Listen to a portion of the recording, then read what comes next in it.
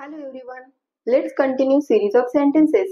And our first sentence is मी माझ्या केसांना तेल लावत आहे. हे सेंटेन्स कसं बोलणार आहे आपण?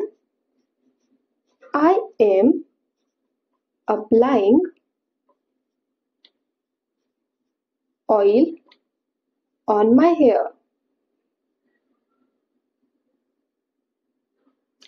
I am applying oil on my hair.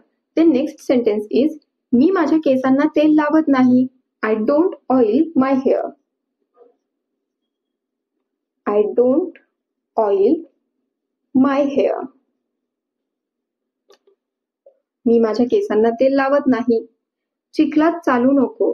Don't walk in the mud. Don't walk in the mud. Don't walk in the mud. चिखलात चालू नको. दार नीट बंद कर. तुम्हाला एखाद्याला सांगायचं असेल की दार नीट बंद कर, तेव्हा बोला close the door properly.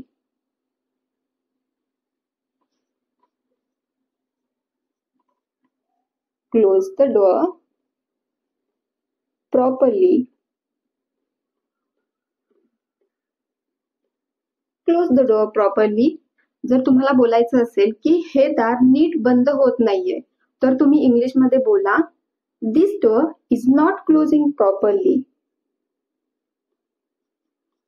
This door is not closing properly.